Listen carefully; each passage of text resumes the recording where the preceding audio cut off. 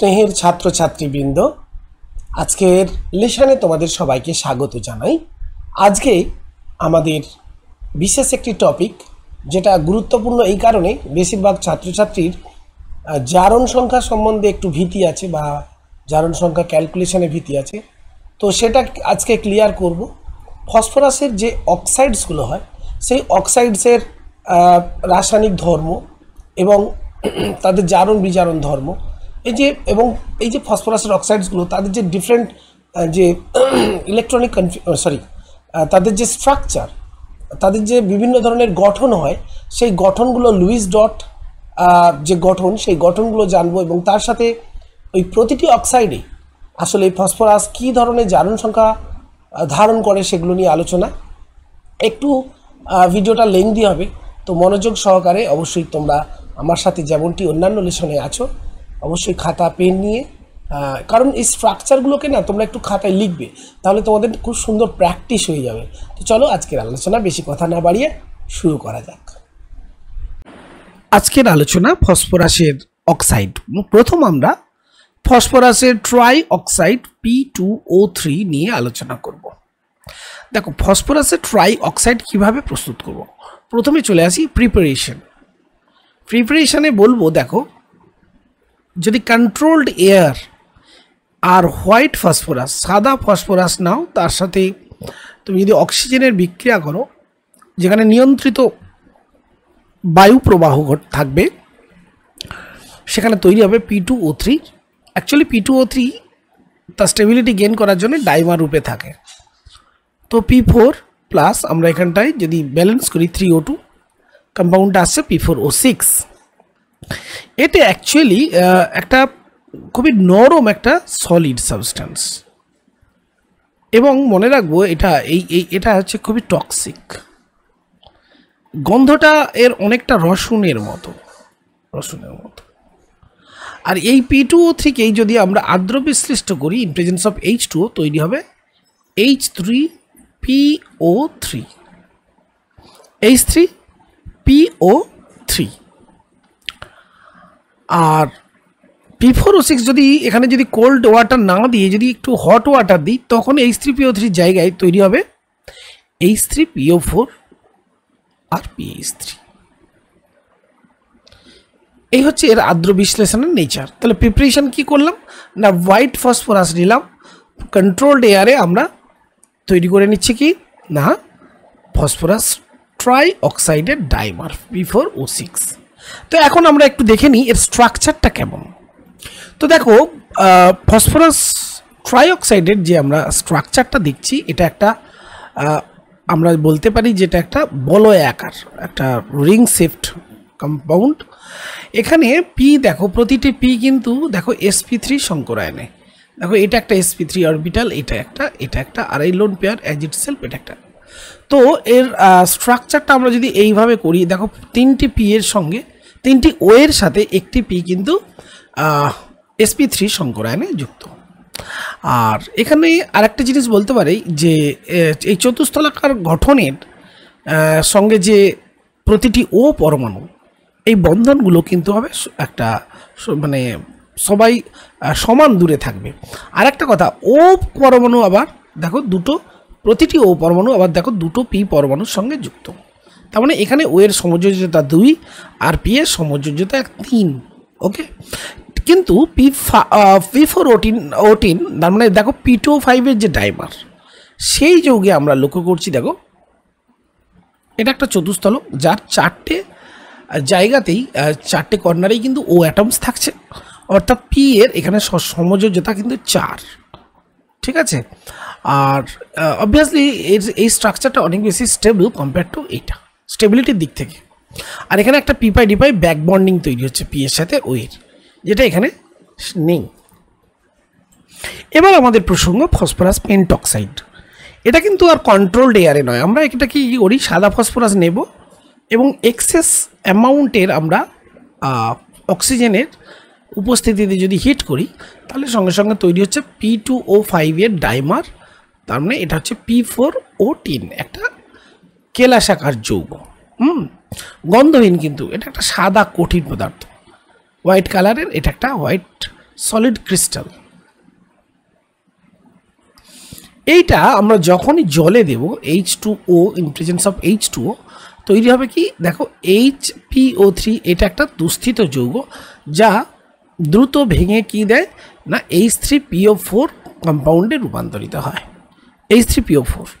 ওকে, অর্থাৎ মেটাফসফরিক অ্যাসিড প্রথমে তৈরি করে কিন্তু এটা সঙ্গে সঙ্গে এটা কনভার্টেড হয়ে যায় ফসফরিক অ্যাসিডে। তো আর সাথে কিছু পরিমাণ কিন্তু মেটাফসফরিক অ্যাসিড রয়েও যাবে। অর্থাৎ এটা আমরা বলতেই পারি যে মেটাফসফরিক অ্যাসিড এবং অর্থোফসফরিক অ্যাসিড দুটোই কিন্তু তৈরি হবে, মিক্সচার অফ অ্যাসিডস।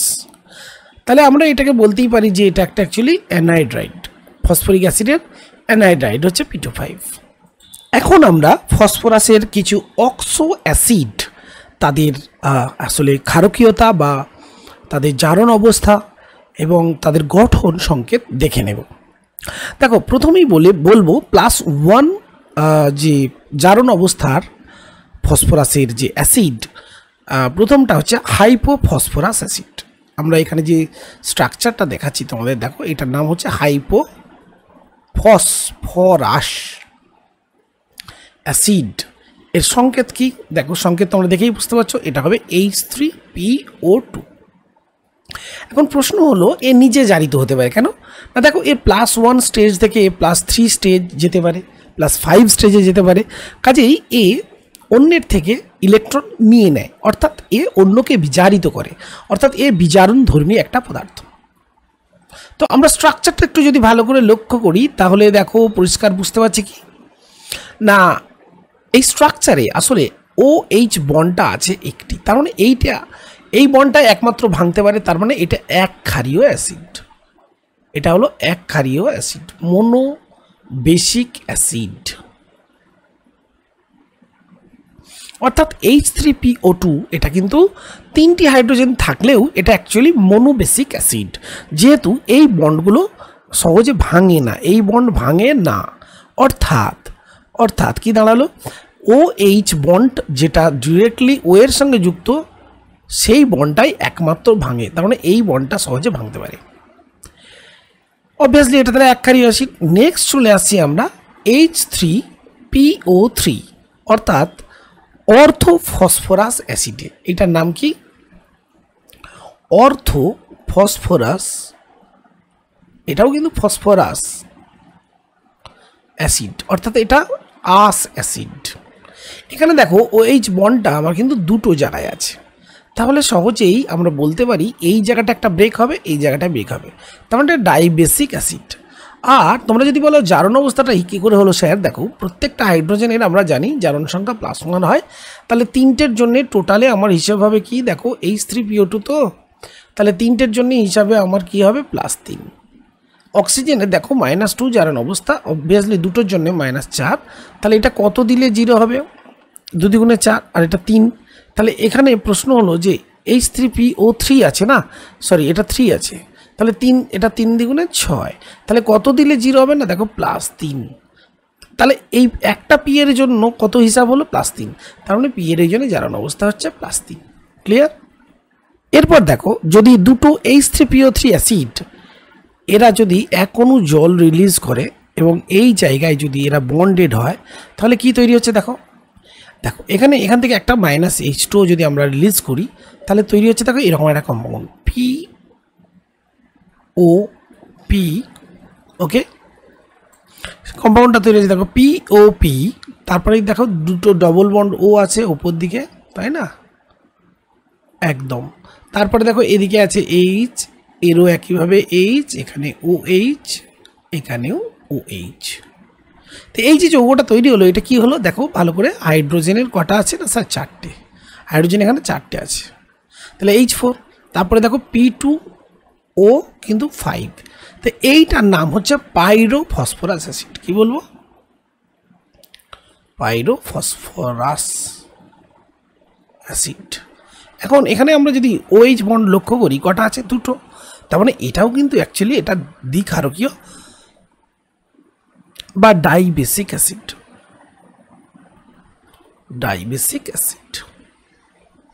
এই যে এই বন্ড এই জায়গাটা ব্রেক করতে পারে, এই জায়গাটা ব্রেক করতে পারে। ক্লিয়ার? এবার দেখো অনেকে প্রশ্ন করো যে স্যার মনে রাখবো কী করে। দেখো তোমরা তো দুটো অ্যাসিড মনে রেখেছো, একটা হচ্ছে হাইপোফসফরাস অ্যাসিড আর একটা অর্থোফসফরাস। সেখান থেকে দেখো একটা তৈরি করলে কি তার জল ত্যাগ করে একটা কম্পাউন্ড তৈরি হয়ে গেল, সেটা পাইরোফসফরাস। ঠিক একইভাবে আমরা যদি অর্থোফসফরিক অ্যাসিডের কথা বলি তাহলে সেটা স্ট্রাকচার কি, এই যে স্ট্রাকচারটা, এটা হচ্ছে আমার অর্থোফসফরিক অ্যাসিড। ওকে, তো এখানে আমরা দেখতে পাচ্ছি কি তিনখানা এইচ আছে, তার মানে এটা ট্রাইবেসিক, যেটা ও এর সঙ্গে যুক্ত, ট্রাইবেসিক অ্যাসিড। ওকে, এখন এরকম ট্রাইবেসিক অ্যাসিড ঠিক হাইপোফসফরাস অ্যাসিডের মতো যদি পরস্পর দুটো অণু যুক্ত হয়ে এক অণু জল ত্যাগ করে তাহলে তৈরি হবে দেখো এইটা। তার মানে এরকম দু অণু -H2O তৈরি হয়ে যাচ্ছে এটা। তাহলে এইটার নাম একইভাবে আমরা বলবো কি হাইপোফসফরিক অ্যাসিড। কি বলবো? হাইপোফসফরিক অ্যাসিড। সরি, একটু বলা ভুল হলো, এটা হবে পাইরোফসফরিক অ্যাসিড। তো স্ট্রাকচারটা আমরা একটু দেখে নেব। এটা সে স্ট্রাকচার নয়, অ্যাকচুয়ালি এইটা হবে আমাদের সেই স্ট্রাকচার। আমি একটু সরিয়ে দিয়ে এটাকে, এটা আমরা পরে আলোচনা করছি, ঠিক আছে। আর দেখো স্ট্রাকচারটা কীরকম হবে, এর থেকে জল বেরিয়ে গেলে সিম্পলি তোমরা নিজেরাই করতে পারবে। Just HOPOH OH double bond O plus HOP double bond O OH OH। তাহলে দেখো স্ট্রাকচারটা এরকম হচ্ছে POP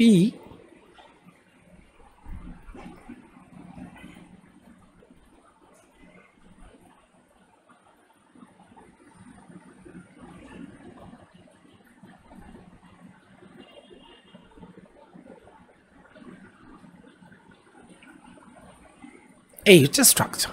তো এখানে আমরা দেখতে পাচ্ছি ওই চারখানা আছে পাইরোফসফরিক অ্যাসিড, এতে আমরা দেখতে পাচ্ছি, তার মানে এটা আমরা বলতে পারি টেট্রাবেসিক অ্যাসিড বা চতুক্ষারকীয় টেট্রাবেসিক অ্যাসিড, যথেষ্ট স্ট্রং অ্যাসিড, তাই না?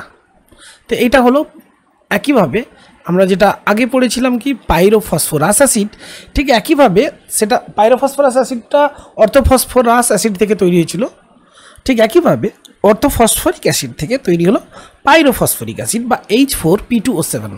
এটা হলো H4P2O7। আর আগে আমাদের যেটা তৈরি হয়েছিল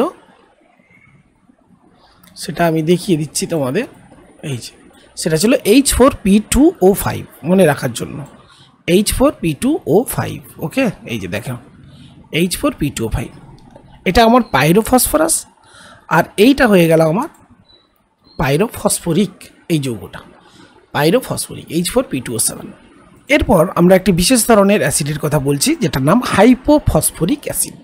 হাইপো অর্থাৎ এখানে প্রয়োজনের তুলনায় দেখো অক্সিজেনের পরিমাণটা যথেষ্ট কম, এবং একটা ফসফরিক অ্যাসিড আর একটা ফসফরিক অ্যাসিডের সঙ্গে যখন P বন্ড P লিঙ্কেজ করছে তার নাম হয়ে যাচ্ছে হাইপোফসফরিক অ্যাসিড। স্ট্রাকচারটা হচ্ছে H4P2O6 H4P2O6। তো এখানে আমরা দেখছি এখানেও চারটে কিন্তু বন্ড আছে OH, অবভিয়াসলি এটাও আমার কিন্তু টেট্রাবেসিক একটা অ্যাসিড। ওকে, চতুক্ষারকীয়। তো নেক্সট আমরা বলবো যেটা, সেটা হচ্ছে দেখো মেটাফসফরিক অ্যাসিড বা সাইক্লোট্রাইমেটাফসফরিক অ্যাসিড। এখানে আমরা দেখছি দেখো P ডবল বন্ড O, আর অ্যাকচুয়ালি এইরকম স্ট্রাকচার ছিল ফসফরিক অ্যাসিড। ওকে, তো এই বন্ড এই জায়গাটা লিঙ্ক হচ্ছে, কোনটা? এই জায়গাটা আর এই জায়গাটা লিঙ্ক হচ্ছে কার সাথে? অন্য আরেকটি ফসফরিক অ্যাসিডের সাথে। অ্যাকচুয়ালি তিনটি ফসফরিক অ্যাসিড থেকে এই স্ট্রাকচারটা তৈরি হচ্ছে, আর এইটা রয়ে যাচ্ছে, একটি OH রয়ে যাচ্ছে, এই দেখো এই জায়গাটা রয়ে যাচ্ছে, প্রত্যেকটিতে একটি করে OH রয়ে যাচ্ছে, এবং এই জায়গায় যে Hটা ছিল সেটা এই ফসফরিক অ্যাসিডের OH-এর সঙ্গে যুক্ত হয়ে মাইনাস জল হয়ে, তার মানে অ্যাকচুয়ালি তিনখানা জলের অণু বেরিয়ে গেছে। তো এইভাবে যে সাইক্লো একটা স্টেবল হেক্সাগোনাল রিং সিস্টেম তৈরি করছে সেটাকে বলা হচ্ছে মেটাফসফরিক অ্যাসিড, যার স্ট্রাকচার হচ্ছে এইচ, দেখো এখানটা পি কটা আছে, 3টে, HPO3, মেটাফসফরিক অ্যাসিড HPO3 কটা আছে, 3টে। দেখো এখানে একটা, দেখো HPO3, এই স্ট্রাকচারটা, এইটা বাদ দাও, এইটা দেখো HPO3। তাহলে আমি একটু ভালো করে যদি স্ট্রাকচারটা দেখাই, দেখো 3টি হচ্ছে, একটা হচ্ছে দেখো HPO3, এটা একটা ইউনিট। আচ্ছা, दूसरा ইউনিট দেখো HPO3, এটা একটা ইউনিট। আর একটা ইউনিট আমরা দেখব, সেটা হচ্ছে দেখো এই যে, তো এরকম কটা, মোট 3টে ইউনিট, তার মানে আমরা এটাকে বলতে পারি HPO3 সাইক্লোট্রাই মেটাফসফরিক অ্যাসিড। এবার এখানে তোমরা যদি প্রশ্ন করো যে এখানে আসলে ফসফরাসের জারণ সংখ্যা কী হবে, হিসাবটা একই থাকছে। দেখো তোমরা স্ট্রাকচারটা যদি লিখে ফেলো, H3P3O9, তাহলে দেখো H3PO3 এই স্ট্রাকচারে O9-2 জারণ সংখ্যা, যার -18 হিসাবে হচ্ছে 9 × 18। তাহলে হাইড্রোজেনের +1 করে আমরা লিখব, +3 হচ্ছে, কত দিলে 0 হবে, 15। তাহলে 3টে পি এর জন্য 15, তাহলে একটি পি এর জন্য +5। তাহলে এখানে প্রত্যেকটি পি কিন্তু +5 কন্ডিশনে বা +5 জারণ অবস্থায় আছে। এবং এটা মনে রাখবো, এখানে যেহেতু আমার OH কটা আছে, 3টে, তার মানে এটা ট্রাইবেসিক অ্যাসিড, ট্রাইবেসিক। এরপর যে দুটো অ্যাসিড আমরা একটু দেখে নেব তার গঠনটা, সেটা হচ্ছে দেখো প্রথমটা হচ্ছে H3PO4 বা পারক্সো মোনোফসফরিক অ্যাসিড। এই যে এই যে ও বন্ড আছে না, এটাকে বলা হচ্ছে অক্সো বন্ড, পারক্সো বন্ড, হ্যাঁ পারক্সো বন্ড। তো এই জন্য নাম হচ্ছে পারক্সো মোনোফসফরিক অ্যাসিড। অ্যাকচুয়ালি এখানটা যদি OH থাকতো, এটাও তো হতো ফসফরিক অ্যাসিড। তো ফসফরিক অ্যাসিড হচ্ছে মাদার অ্যাসিড, যার এখানে একটি এক্সট্রা ও থাকছে, এই জন্য নাম পারক্সো। আর এখানে দেখো ও লিঙ্কেজটা থাকছে, এটা একটা অ্যাকচুয়ালি এখানে ডাই হয়ে যাচ্ছে, পারক্সো ডাই ফসফরিক অ্যাসিড হচ্ছে, কারণ দেখো দুটো ফসফরিক অ্যাসিড এর অণু একে অপরের সঙ্গে এরকম পারক্সো বন্ধনে লিঙ্কেজ হয়েছে। তো এই বন্ধনটা হচ্ছে পারক্সো বন্ধন, পারক্সো। এবার যেহেতু ডাইফসফরিক অ্যাসিড আছে, সেই জন্য এটাকে বলা হচ্ছে পারক্সো ডাইফসফরিক অ্যাসিড। ক্লিয়ার না? নেক্সট আমরা এখানে এদের জারণ সংখ্যাটা একটু হিসেব করা দেখে নেব। তোমরা একইভাবে হিসেব করে দেখো, H4 এখানে আছে P2O8, তাহলে অবভিয়াসলি -2 হিসাবে -16, হাইড্রোজেনের +1 করে +4, তাহলে আমরা কত দিলে 0 হবে, তাহলে অবভিয়াসলি এইটা 12 দিলে, তাহলে এখানে পি এর কত হচ্ছে +6, কিন্তু পি এর তো +6 জানানো অবস্থা হয় না। তাহলে যেহেতু এখানে পারক্সো আছে, এখানে একটুখানি কনসেপ্টটা আমাদের একটু অন্যরকমভাবে ভাবতে হবে। দেখো কীভাবে ভাববো, পারক্সোতে আমরা জানি অক্সিজেনের কী হয় না, অক্সিজেনের অ্যাকচুয়ালি -1 জারণ অবস্থা হয়, ঠিক আছে। তাহলে বাকিগুলোর সব কত, -2, ওকে। তো এখানে অক্সিজেন অ্যাকচুয়ালি দেখো 3 3 6টা আছে যাদের -2 হিসাব, আর দুটো আছে তাদের হচ্ছে -1, তাহলে হিসাবে কত দাঁড়ালো, -14। হাইড্রোজেন আছে 4টে, তাহলে +4, অ্যাকচুয়ালি আসতেছে -10, তাহলে কত দিলে 0 হবে, +10। তাহলে দুটো পি এর জন্য যদি +10 হিসেব হয়, তাহলে একটা পি এর জন্য কত হচ্ছে, +5। সো এই যে প্রত্যেকেরই কিন্তু জারণ অবস্থা হয়ে গেল +5। একইভাবে তোমরা এখানেও হিসেবটা করতে পারো। দেখো এখানে হিসাবটা কি, তোমরা এখানে -2 -2 -2 অ্যান্ড হিয়ার ইট ইজ, এটা অক্সো বন্ড -1, তাহলে টোটাল দেখো 4 দ্বিগুণে 8, 8 মাইনাস, তারপরে -9, হাইড্রোজেন আছে একটা করে 3টে, +3, ভালো করে দেখো, 2 2 4 2 6 2 8, 8 1 -9 আর +3। আচ্ছা আর একটা জিনিস, এইটা -1 হবে, সরি এটা পারক্সো বন্ড আছে, খেয়াল করিনি, তাহলে এইটা -8 হচ্ছে হিসাব, তাহলে কত দিলে 0, +5, তাহলে এই ক্ষেত্রেও আমার হচ্ছে +5, এটা পারক্সো বন্ড আছে, তাই না, লক্ষ্য রাখবো আমরা। তো এখন এই অক্সো অ্যাসিড সম্বন্ধে বেশ কিছু কতকগুলো আমরা ক্যারেক্টারিস্টিক্স বা গুরুত্বপূর্ণ বৈশিষ্ট্য আমরা আলোচনা করব, যেগুলো খুবই ইম্পর্টেন্ট। প্রথম কথা দেখো, এই যতগুলো অক্সো অ্যাসিড বা ফসফরাসের অ্যাসিডের কথা আমরা স্ট্রাকচারগুলো দেখলাম, সেখানে সব জায়গাতেই কিন্তু দেখো ফসফরাস কিন্তু কি অবশ্যই এরকম একটা চতুস্তলকীয় গঠন তৈরি করছে, তাই না? তাহলে সেখানে আমাদের যদি প্রশ্ন করা হয় যে এখানে হাইব্রিডাইজেশনটা কি, অবভিয়াসলি আমরা বলবো sp3। আর অন্তত দেখো এই অক্সো অ্যাসিডগুলোতে একটা তো ডবল বন্ড আছেই, একটা পি ডবল বন্ড ও আছেই, দুই একটি ব্যতিক্রম বাদ দিলে বাকিগুলোতে তো আছেই, তাই না? না, দু একটা বাদ দিয়ে কেন, আমি তো দেখতে পাচ্ছি সমস্ত স্ট্রাকচারগুলোতেই পি ডবল বন্ডও আছে, আর একটা ওএইচ বন্ড থাকছেই কম্পালসারিলি, একটা পি ডবল বন্ড ও থাকছে আর একটা পি ও এইচ বন্ধন আছে। আর একটা জিনিস খুব ইম্পর্টেন্ট আমরা দেখলাম, ফসফরাসের জারণ অবস্থা +5, কোনো কোনো অ্যাসিডে +5, কোনো কোনো অ্যাসিডে +3, তাই না?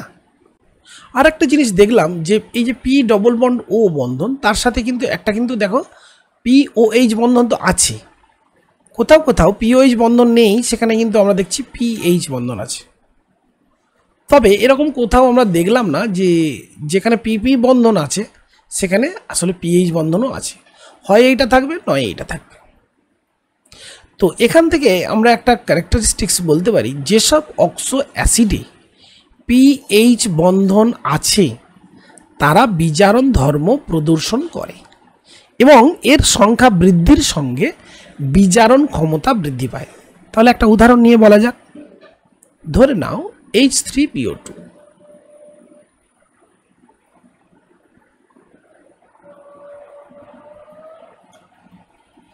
এখানে দেখো পিএইচ বন্ধনের সংখ্যা কিন্তু দুটো, যার জন্যে এর বিজারণ ধর্ম যথেষ্ট বেশি। আবার আমরা যদি বলি এই মেটাফসফরিক অ্যাসিড, যেমন ধরো P double bond O H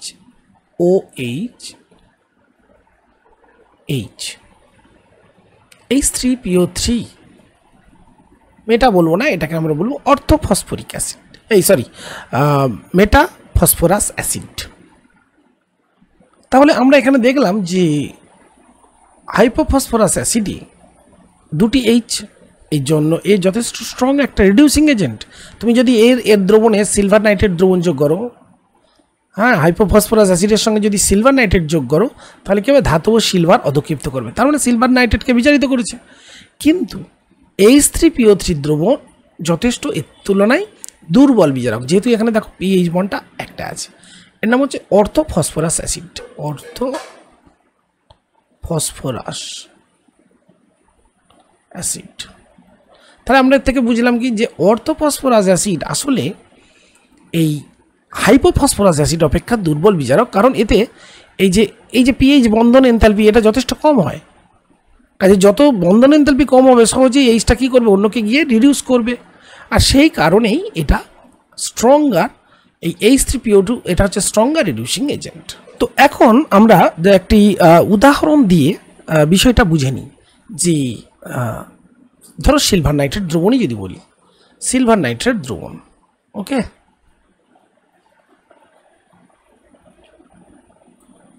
silver nitrate দ্রবণ। এখন এই সিলভার নাইট্রেট দ্রবণের সঙ্গে আমরা যদি H3PO3 যোগ করি, H3PO3 যোগ করি, তার সঙ্গে ইন প্রেজেন্স অফ ওয়াটার মিডিয়ামে কি তৈরি হচ্ছে না, সিলভার অধক্ষিপ্ত হচ্ছে। অবশ্যই এটা ধীরে ধীরে বিক্রিয়াটা ঘটে, কারণ এর বিক্রিয়া করার প্রবণতা H3PO2 অপেক্ষা কম, তো তৈরি হচ্ছে H3PO4 প্লাস HNO3। তো এগুলোকে এক্সপ্লেন করবো কীভাবে, দেখো এখানে +1, কেন না, এটা 1 নম্বর গ্রুপের এলিমেন্ট, আর তো এখানে হয়ে যাচ্ছে 0, তাহলে এই যে রিডিউস করলো, কে করলো, অবভিয়াসলি এটা।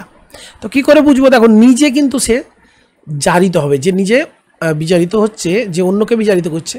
দেখো এখানে হচ্ছে +3, আর এখানে জারণ অবস্থা দেখো +5, তার মানে নিজে দেখো বিজারিত হচ্ছে, এই জারিত হচ্ছে, এবং অন্যকে কী করলো, বিজারিত করলো। তাহলে এর থেকে কী বুঝলাম, এটাই বুঝলাম যে H3PO3 কিন্তু H3PO2-র মতো reducing, but H3PO2 is stronger reducing agent compared to H3PO3, যেহেতু ওই পিএইচ বন্ধন সংখ্যাটা অর্থাৎ পি এর সাথে সংযুক্ত এইচ এর সংখ্যাটা H3PO2 তে বেশি। আরেকটা জিনিস দেখো, ফসফরাসের জারণ সংখ্যা আমরা জানি নর্মালি -3 হয়, +1 হয়, +3 হয়, +5 হয়। তাহলে দেখো ফসফরাসের ইটসেলফ 0 হয়। তা এখন যদি মনে করো কোনো একটা এলিমেন্টে বা কোনো একটা কম্পাউন্ডে কোনো একটা এলিমেন্ট যদি এই জারণ অবস্থায় থাকে, তাহলে সে কী করতে পারে, নিজে জারিতও হতে পারে, আবার নিজে বিজারিতও হতে পারে। তো যখন নিজে জারিত এবং বিজারিত দুটোই হয়, তখন তাকে আমরা বলি ডিসপ্রপোর্শনেট করা। ডিসপ্রপোর্শনেট করা, তার থেকে নাম এসছে ডিসপ্রপোর্শনেশন রিয়াকশন। তো দেখো এরকম একটা উদাহরণ আমরা যদি ভাবি, এক্ষুনি যেটা বললাম সেটাকেই বলতে পারি। তো আরেকটা বিশেষ উদাহরণ আমরা দেখে নিচ্ছি। ধরো ফসফরাস অ্যাসিড, ফসফরাস অ্যাসিড, তাকে আমরা যদি হিট করি, তৈরি হচ্ছে PH3 এবং H3PO4। এই বিক্রিয়াতে দেখো পি এর জারণ সংখ্যা +3 আর এ হচ্ছে +3। তাহলে এখানে দেখো কিভাবে ডিসপ্রপোর্শনেট করলো, এ নিজে একবার বিজারিত হচ্ছে, আবার এখানে দেখো জারিত হচ্ছে। তাহলে বিজারিতও হলো আবার জারিতও হলো, তাহলে জারণ বিজারণ দুটোই ঘটছে। সেই জন্য এটাকে আমরা বলি ডিসপ্রপোর্শনেশন বিক্রিয়া, যেটা আগে স্পেলিংটা লিখলাম। নেক্সট, এরপর আমরা কতগুলো সল্টের উদাহরণ দিচ্ছি দেখো, Na3PO3, Na3PO4, Na3PO2, Na2HPO2। প্রশ্ন, এর মধ্যে কোনটি প্রকৃতিতে তার অস্তিত্ব থাকতে পারে, বাকিগুলোর কোনো অস্তিত্বই নেই। তো এরকম কোশ্চেন কিভাবে আমরা সলভ করব দেখো। এই Na3PO3 এই সল্টার অবভিয়াসলি তৈরি হচ্ছে নিশ্চয়ই NaOH আর H3PO3 থেকে। যদি এটা মানে অস্তিত্ব থাকে, তাহলে অবভিয়াসলি এটা থেকেই তো এটা হবে। কিন্তু দেখো H3PO3 আমরা জানি ডাইবেসিক। তো ডাইবেসিক মানে এতে দুটি প্রতিস্থাপনযোগ্য H আছে, তাহলে এখানে Na2 এর সাথে বিক্রিয়া হবে। তাহলে অ্যাকচুয়ালি এই কম্পাউন্ডটা তৈরি না হয়ে তৈরি হবে কি Na2HPO3, কারণ এখান থেকে দুটো হাইড্রোজেন রিপ্লেস হবে। তো Na2HPO3 এটার কিন্তু অস্তিত্ব আছে, বাট এটার নেই। নেক্সট হচ্ছে Na3PO4। অবভিয়াসলি এটা Na3PO4 নিশ্চয়ই NaOH প্লাস H3PO4 যৌগ থেকে তৈরি হচ্ছে। তো এটা আমরা জানি ট্রাইবেসিক অ্যাসিড, ত্রিক্ষারীয়। তাহলে এর তিনটে প্রতিস্থাপনযোগ্য H আছে, অবভিয়াসলি এটা 3NaOH এর সঙ্গে বিক্রিয়া করে তৈরি করবে Na3PO4। তাহলে এটার তো অস্তিত্ব আছে, অবভিয়াসলি এইটার অস্তিত্ব আছে। নেক্সট চলে আসি Na3PO2। অবভিয়াসলি এটা তৈরি হচ্ছে নিশ্চয়ই, যদি তৈরি হয়, যদি বাস্তব অস্তিত্ব থাকে তাহলে NaOH থেকে আর H3PO2 থেকে। দেখো H3PO2 এটা আমরা জানি একক্ষারীয় অ্যাসিড, তাহলে 1:1 রিয়াকশানটা হবে। তার মানে এর একটাই মাত্র H প্রতিস্থাপনযোগ্য। তাহলে এর থেকে তৈরি হবে কি না স্যার, Na এর থেকে একটা হাইড্রোজেন সরিয়ে দিয়ে এনায়নটা তৈরি করবে H2PO2, Na2H2PO2। তার মানে এইটার অস্তিত্ব আছে। ওকে, তাহলে Na2HPO2 এইটার অস্তিত্ব নেই, তাহলে এইটার অস্তিত্ব নেই, এইটার অস্তিত্ব নেই। আমরা আর কি দেওয়া আছে, Na3PO2, এটা তো থাকবেই না, এটা আলোচনা করলাম, এটা তো থাকছেই না, এটার অস্তিত্ব নেই। একমাত্র অস্তিত্ব আছে কি Na3PO4। So this is the answer. তো এর থেকে আমরা কি বুঝলাম, যে H3PO2 এটা কিন্তু মনোবেসিক, H3PO3 এটা কিন্তু ডাইবেসিক, আর H3PO4 এটা ট্রাইবেসিক, এবং সেই অনুযায়ী তাদের সল্টগুলো তৈরি হবে। এখন এই অক্সো অ্যাসিডগুলির যদি আমরা অম্লত্বের তুলনা করি, তাহলে কোনটি বেশি অম্ল? তাহলে দেখো এই স্ট্রাকচারটা আমরা একটু বুঝে নেব। H3PO2 আমরা জানি এটাতে এরকম স্ট্রাকচার থাকে। তাহলে দেখো এই যে PO এখানে ডবল বন্ড থাকার জন্য এ কী করে, পি থেকে ইলেকট্রন ক্লাউডটা কিন্তু নিজের দিকে টেনে নেয়, অর্থাৎ এখানে একটা -I প্রভাব আছে আমরা বলতে পারি। তাহলে ইলেকট্রন এদিকে ফরওয়ার্ডেড হয়। এখন যেহেতু এখানে একটি মাত্র OH আছে, তাহলে এখান থেকে ইলেকট্রনটা এই পি এর দিকে ফরওয়ার্ডেড হয়। তাহলে এই একটি OH গ্রুপ থেকে একা P ডবল বন্ড O বেশ তীব্র মাত্রাতেই ইলেকট্রনের কিন্তু সিগমা ইলেকট্রন ট্রান্সফার করে এইচটাকে ডেল্টা প্লাস চরিত্রে, এই ওটাকে ডেল্টা মাইনাস চরিত্রে পরিণত করে। তাহলে সহজেই কি করবে, H+ ত্যাগ করতে পারে। কিন্তু দেখো আমি যদি এই স্ট্রাকচারটা করি, এখানে দেখো তিনখানা ওয়েজ কিন্তু মানে এর যে ইলেকট্রনের যে ইলেকট্রনের যে এদিকে মাইনাস আই প্রভাব, এটা মাইনাস আই প্রভাব, ইলেকট্রনের যে আই প্রভাব মাইনাস আই প্রভাব এই পি ও গ্রুপের, তো সেই আই প্রভাবটা কি তিনটি গ্রুপের কাজ দ্বারা শেয়ার্ড হচ্ছে, অর্থাৎ এই ওয়েজ থেকে ইলেকট্রন টানছে, এই থেকেও টানছে, এর থেকেও টানছে। তার মানে অ্যাকচুয়ালি ইলেকট্রন ওই দিকে কম মাত্রায় যাচ্ছে প্রথমটির তুলনায়, তাহলে এই ওয়েজ বন্ধনে ইলেকট্রন ঘনত্বটা কমছে না, তাই এর অম্লত্ব অবভিয়াসলি এর থেকে কম। তাহলে মানে অম্লত্বের সঠিক ক্রম হবে 1 > 2 > 3। এরপর একটা কনফিউশন আমাদের থাকে যে স্যার কাকে আস অ্যাসিড বলবো আর কাকে ফসফরাসের ইক অ্যাসিড বলবো। দেখো আমরা যদি H3PO4 বলি, এই স্ট্রাকচারটা খেয়াল করো, পি ডবল বন্ড ও এরকম তিনটে ওএইচ বন্ড, একটা একটা করে আমরা লিখে লিখে অভ্যাস করলে আমাদের ভালো হবে। তো এখানে পি এর জারণ সংখ্যা দেখো, জারণ অবস্থা দেখো +5, তো যাদের +5 তার দিকে ইক অ্যাসিড বলে সিম্পলি। আবার দেখো যাদের এই ধরো H3PO3, এক্ষেত্রেও দেখো পি এর জারণ অবস্থা কত দেখো,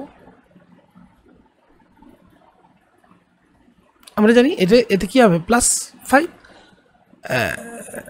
সরি এটার হিসাব করো, 3 × 6 3 +3, সরি এটা +3, তার মানে এটা হয়ে যাবে আস অ্যাসিড। ওকে, তাহলে আস অ্যাসিড কার দিকে বলবো না, যাদের জারণ অবস্থা আস অ্যাসিড বানানটা OUS, আস অ্যাসিড, আস, এই জন্যের নাম ফসফরাস। এবার প্রশ্ন হলো যে স্যার তাহলে পাইরো অ্যাসিড কাকে বলবো? ধরো এই অণুটা দুটো অণু পরস্পর যুক্ত হলো এবং এক অণু জল ত্যাগ করে তৈরি করলো H4P2O7। অ্যাকচুয়ালি এই স্ট্রাকচারটা কি H3PO4, তাহলে এটাকে ডাবল করলে কি হচ্ছে H6P2O8, তা এর থেকে দুটো হাইড্রোজেন আর একটা অক্সিজেন বেরিয়ে যাবে, মানে একটা -H2, তাহলে তৈরি হচ্ছে এইটা। তাহলে এইটাকে আমরা বলবো তখন পাইরো ফসফরিক অ্যাসিড, যেহেতু মাদার কম্পাউন্ডটা ফসফরিক, তা ফসফরিক কিন্তু পাইরো কেন, ওয়াটার বেরিয়ে যাচ্ছে।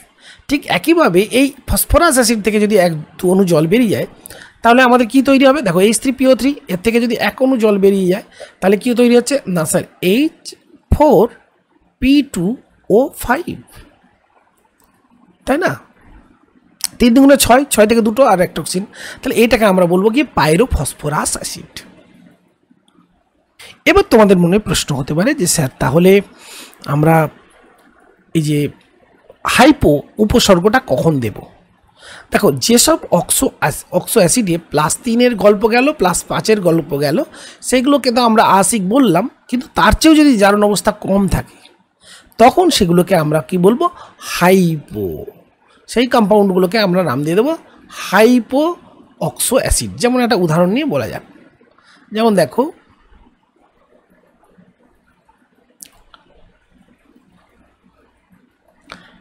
H3PO2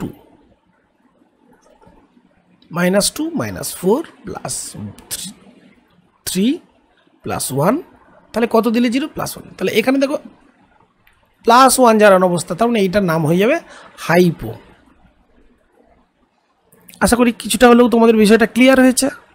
আর একটা বিশেষ উদাহরণ না বললেই নয়, দেখো যদি আমি বলি H3PO4 এই যৌগটা, দেখো যদি আমরা একে হিট করি কনভার্টেড হচ্ছে কি না HPO3 + H2O, তাহলে দেখো এটা আমাদের অর্থো অ্যাসিড। এই অর্থো অ্যাসিডের থেকে যেটা তৈরি হলো, দেখো এখানে কিন্তু 1 অণু জল কম আছে এই অ্যাসিডটাতে, তখন এটার নাম হয়ে গেল মেটা অ্যাসিড। তার মানে আমার নাম, এটার নাম কি বলো, মেটা ফসফরিক অ্যাসিড। যেহেতু ফসফরিক অ্যাসিড থেকে তৈরি হচ্ছে এর নাম হবে মেটা ফসফরিক অ্যাসিড। এই জেনে রাখো এটা কিন্তু এককভাবে এর কোনো মানে অবস্থান করে না, এটা অ্যাকচুয়ালি ট্রাইমার রূপে একটা সাইক্লিক কম্পাউন্ড রূপে থাকে, এই জন্য আমরা সেটাকে বলি HPO3 ঠিক আছে। প্রসঙ্গক্রমে বলে রাখি যে আসলে এই অর্থোফসফরিক অ্যাসিডকে প্রায় 220°C যদি আমরা হিট করি তৈরি হয়, প্রথমে তৈরি হয় কিন্তু পাইরোফসফরিক অ্যাসিড। এখান থেকে তৈরি হচ্ছে পাইরোফসফরিক অ্যাসিড মিন্স H4P2O7।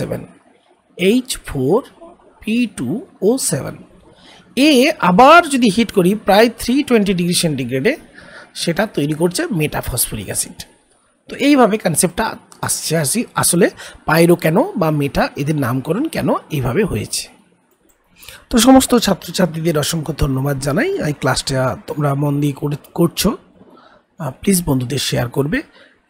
সবাইকে অনেক শুভেচ্ছা জানিয়ে আজকে ক্লাস এখানেই শেষ করছি।